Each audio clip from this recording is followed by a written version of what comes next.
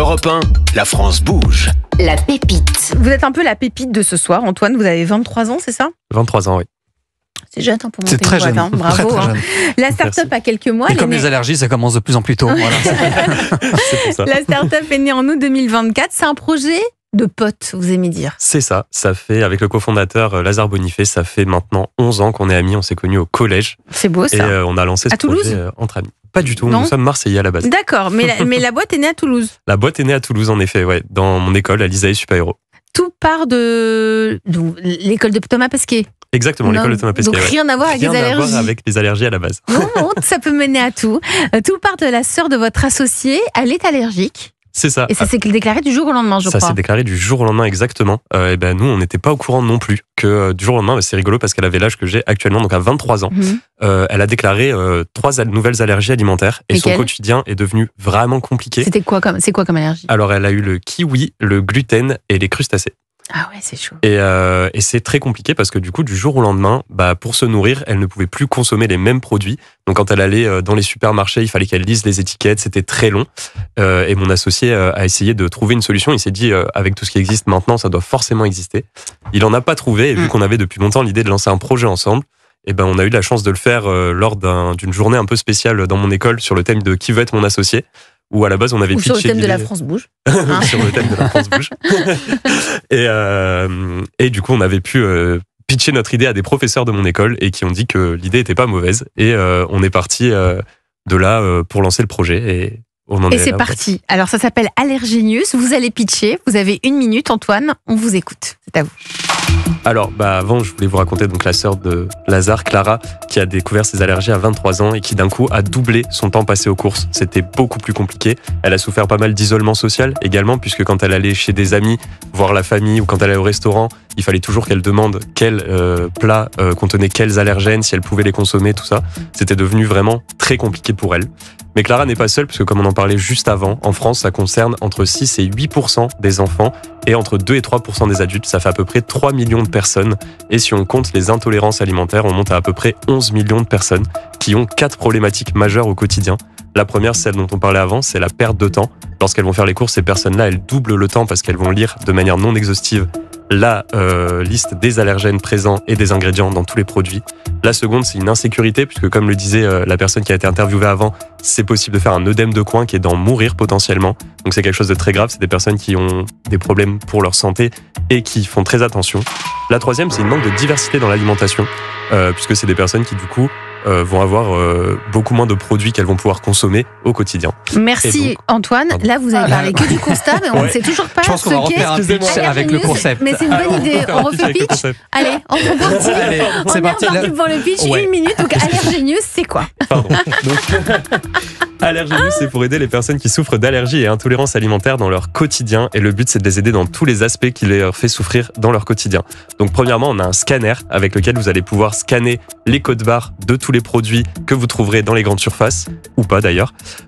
Et au préalable, vous aurez rentré vos allergies dans l'application. Et avec un système très simple de feu rouge, feu vert, ça va vous indiquer directement si le produit est compatible ou non avec vos allergies ou intolérances. Il y a également un aspect communautaire pour pallier à l'isolement social qui peut être lié aux allergies alimentaires. Et donc, vous allez pouvoir échanger avec des personnes qui souffrent du même problème que vous.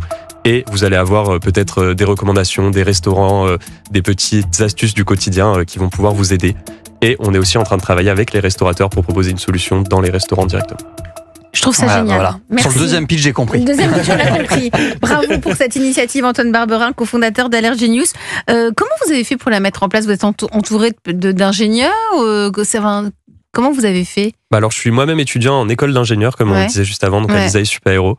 Et la première version de l'application sous iOS, je l'ai développée tout seul dans ma chambre. Non, mais c'est beau. Hein. Et ça m'a pris beaucoup de temps, beaucoup de nuits blanches, pas mal de café. Mais je l'ai faite toute seule. Et là, je l'annonce maintenant, mais l'application est disponible dès aujourd'hui sous Android en version de test. Formidable. Et celle-ci a été développée en collaboration avec un freelance. Donc, vous l'avez fait tout seul, sauf que c'est une entreprise. J'imagine que vous allez vouloir gagner de l'argent aussi sur ça. Enfin, à un moment donné, il faut la professionnaliser. Quels sont vos projets ? Comment vous allez faire ? Alors nous, notre objectif premier, c'était d'avoir un business model qui était transparent avec nos utilisateurs et surtout qui ne les embêtait pas, puisque le but, c'est de les aider. Ouais. Donc on a tout de suite évité l'idée de mettre des pubs classiques comme on peut voir sur YouTube, des choses comme ça. Donc nous, on a plusieurs moyens de se rémunérer. Le premier, ça va être de qualifier des marques dans l'agroalimentaire qui répondent à des critères précis et qui ont des gammes de produits spéciales pour les personnes qui souffrent d'allergies alimentaires ou d'intolérance, et de les recommander leurs produits dans notre application moyennant rémunération.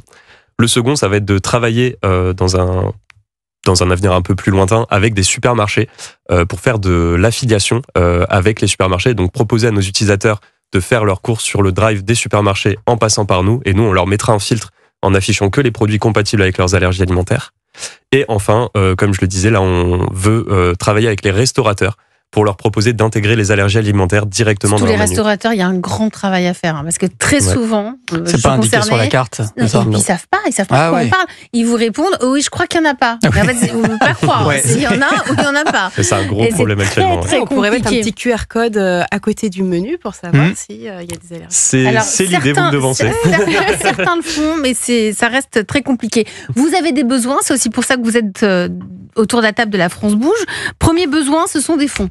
Oui, exactement. Donc là, on est à la recherche de à peu près 300 000 euros en investissement pour pouvoir donc développer, comme je vous l'ai dit, l'application. Pour l'instant, c'est moi qui l'ai codée un petit peu tout seul dans mon coin. Et donc, on aimerait vraiment structurer une équipe, avoir une équipe beaucoup plus grosse d'un point de vue développement, mais aussi d'un point de vue commercial, marketing, pour que plus de personnes entendent parler de nous. Allez, première réaction. D'abord, Cédric Batter, le patron du groupe Gilbert, et après, ce sera la coach Anne-Sophie Bonnel. Vous en pensez quoi ? Je pense que les applications techno autour de la santé ont un grand avenir, que ce soit dans la santé prédictive, que ce soit dans l'accompagnement des comportements globaux autour de la santé qui puissent relever de la nutrition ou bien de la sensibilité à certains allergènes, sont appelés à prendre de plus en plus de place. Et je suis moi personnellement convaincu, avec la signature des laboratoires Gilbert, la santé commence avec vous. C'est réellement la réappropriation un petit peu du capital santé de chacun, de son rapport avec sa santé, pour lequel je milite beaucoup. Et ce en quoi des applications telles que celles qui sont développées là et exposées ont, à mon avis, un bel avenir. Il y a de quoi faire. La coach de ce soir, Anne-Sophie Bonnel, il était bien. Le second pitch était bien. Alors, j'ai envie de dire, le pitch dans sa globalité était très... Le timing n'était pas respecté. Oui, c'est vrai. Mais j'ai beaucoup aimé parce qu'on a eu du storytelling, on nous a exposé les problèmes et ensuite on nous a exposé la solution. Donc il était très bien construit, on a bien compris. C'est vrai que par contre, il a fallu 2 minutes au lieu d'une. Mais on a compris. Il fait des nuits blanches, donc c'est normal, il est un peu crevé. Au-delà du pitch, Anne-Sophie, la solution, elle est formidable. Ouais, la solution est super. En plus, elle est portée par une équipe fondatrice qui a l'air soudée, complémentaire aussi, parce que je crois que vous avez intégré une nouvelle associée récemment. Et puis voilà, on voit que toute cette jeunesse a beaucoup d'énergie et des solutions, une tête bien faite, parce que on voit que le fondateur développe lui-même l'application. Ouais, c'est fort. Donc, il y a vraiment tous les ingrédients là pour que la société décolle.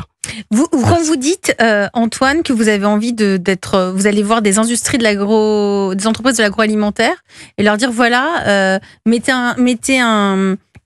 comment vous allez vous associer avec eux, parce qu'une fois que nous, grâce à votre appli, on scanne le code barre du paquet de biscuits, par exemple, en quoi le lien est-il important pour vous ? Ce sera pour le modèle économique ? C'est pour gagner de l'argent ? C'est quoi ? Oui, alors ce sera pour le modèle économique, mais surtout, comme je vous l'ai dit, les personnes souffrent d'un manque de diversité dans l'alimentation, et donc si vous scannez un produit et qu'il est rouge, actuellement, on ne peut pas vous en recommander. Donc le but, c'est de qualifier des marques qui ont nos valeurs, qui respectent la nutrition de nos utilisateurs et qui font attention à ce qu'elles proposent comme produit, pour pouvoir vous proposer des alternatives qui sont bonnes pour votre santé tout en nous rémunérant. Oui, mais là où il faut faire attention, je pense, c'est de ne pas non plus proposer systématiquement les produits sans allergènes. Parce que tout le monde n'a pas les mêmes allergies. Évidemment. Donc, on ne s'associe pas qu'avec des marques sans allergènes. Oui, c'est important.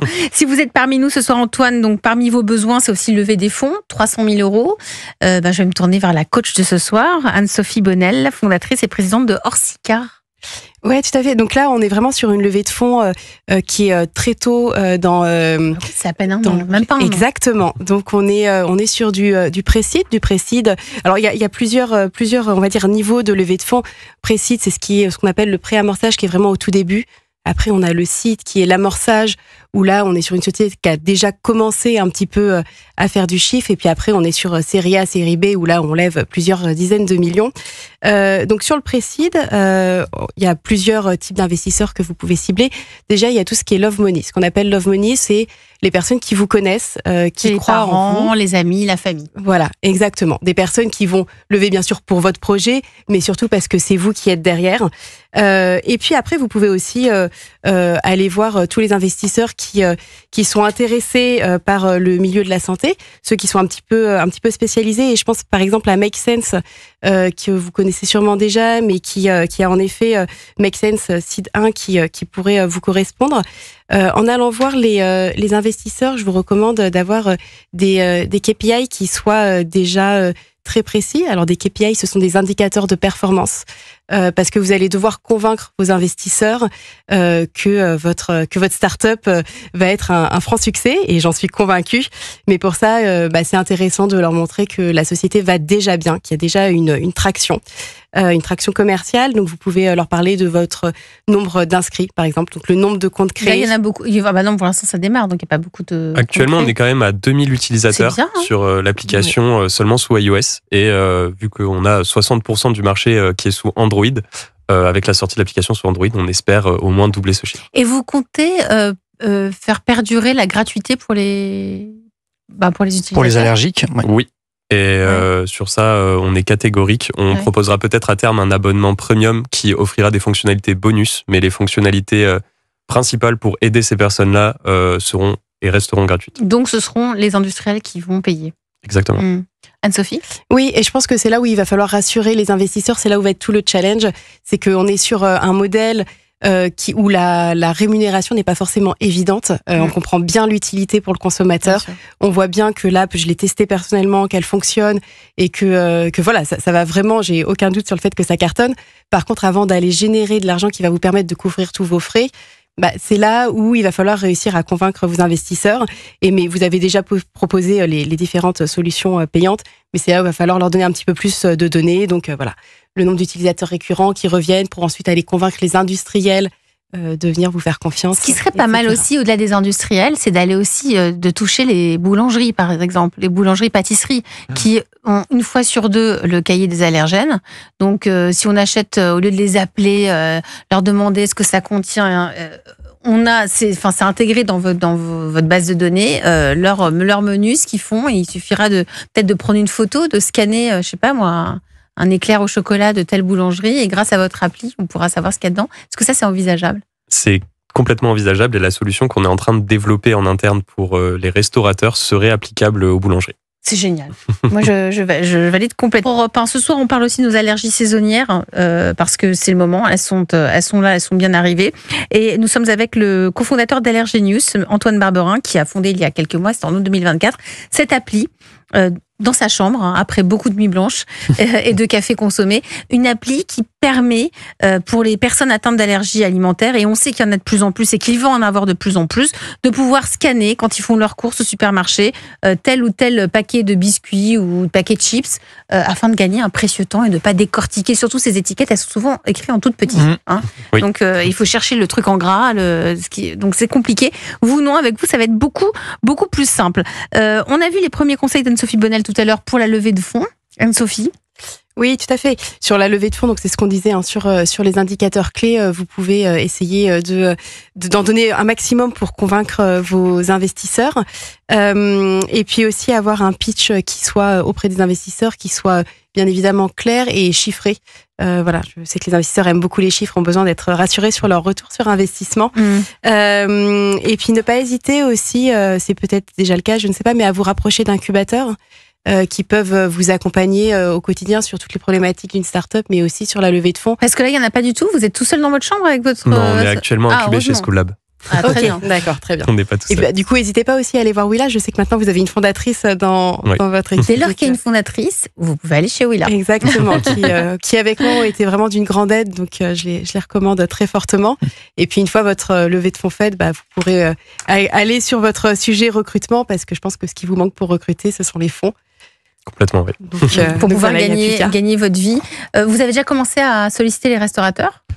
Alors pour l'instant, on est sur une phase d'exploration. On est allé discuter avec eux. Et quel est l'accueil ? Et ben pour l'instant, très bon. Mais ça m'étonne pas. Parce que la plupart des restaurateurs, pour eux, c'est compliqué, surtout avec les touristes. Parce que par exemple, quand les personnes ne parlent pas le français et que les restaurateurs, des fois, ne parlent pas très bien l'anglais, alors aller comprendre sur les allergènes, lesquels sont présents dans quelle place, ça devient de suite très compliqué. Parce qu'elle elle va être traduite en plusieurs langues, votre application ? C'est l'objectif à terme. Il y en a un marché qui est mondial. On va en entendre parler, j'en suis sûre, d'allergénieux.